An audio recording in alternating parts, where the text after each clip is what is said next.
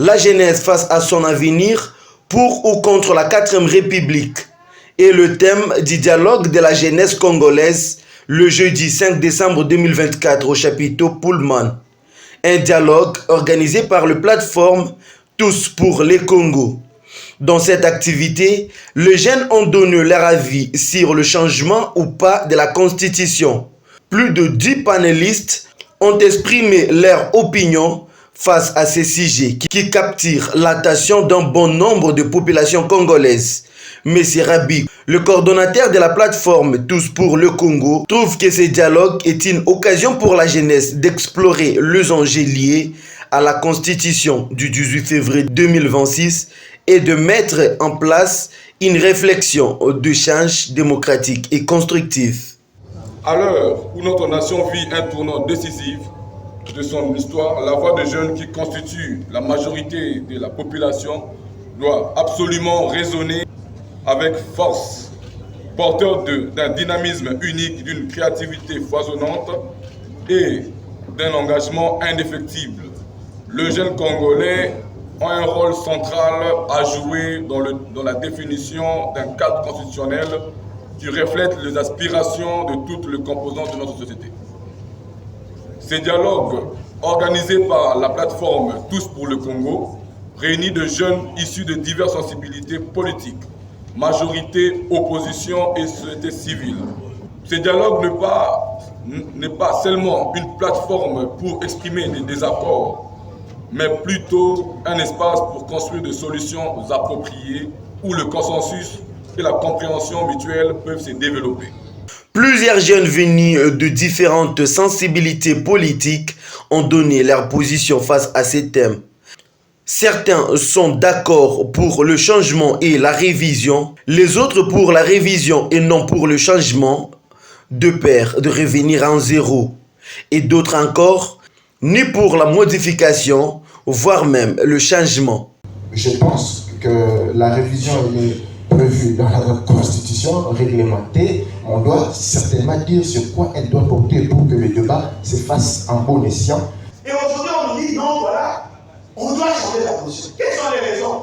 Non, il y a une disposition dans la Constitution qui dit on doit protéger les minorités, article 51. Et on considère les minorités, le groupe armé, tel que le M23, le Codeco et ainsi de suite.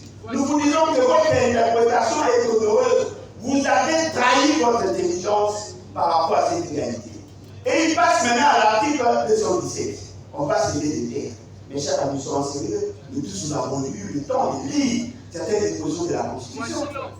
Est-ce que la Constitution nous dit qu'on doit céder des terres qu'aux Rwandais? Non. Alors, quelle est la crainte? Tolérant avec moi. Moi, personnellement, je suis pour la révision de la Constitution. Mais je suis contre le changement de la Constitution. Et donc, ce qui veut dire que je suis contre la 4e République. Et je m'explique. Mais quelles sont les conséquences du changement de la Constitution? C'est que si nous changeons la Constitution pendant la période où nous sommes sous l'état d'urgence à l'est du pays, rassurez-vous que ça sera une autre façon de dire à nos frères que vous nous intéressez pas. Le professeur Paul Kibala, directeur de l'Institut national de recherche d'enseignement de la démocratie directe de la RDC, présent dans cette activité, pense que pour changer la Constitution, il faut partager les uns et les autres.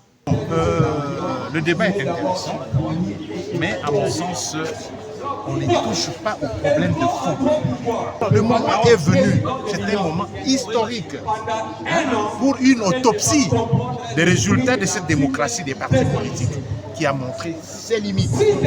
Il faut donc arriver à ce que nous appelons la nouvelle démocratie directe des communautés territoriales. C'est-à-dire le pouvoir à la population. Alors c'est comme ça que nous disons, pour départager les uns et les autres, pour éviter des affrontements.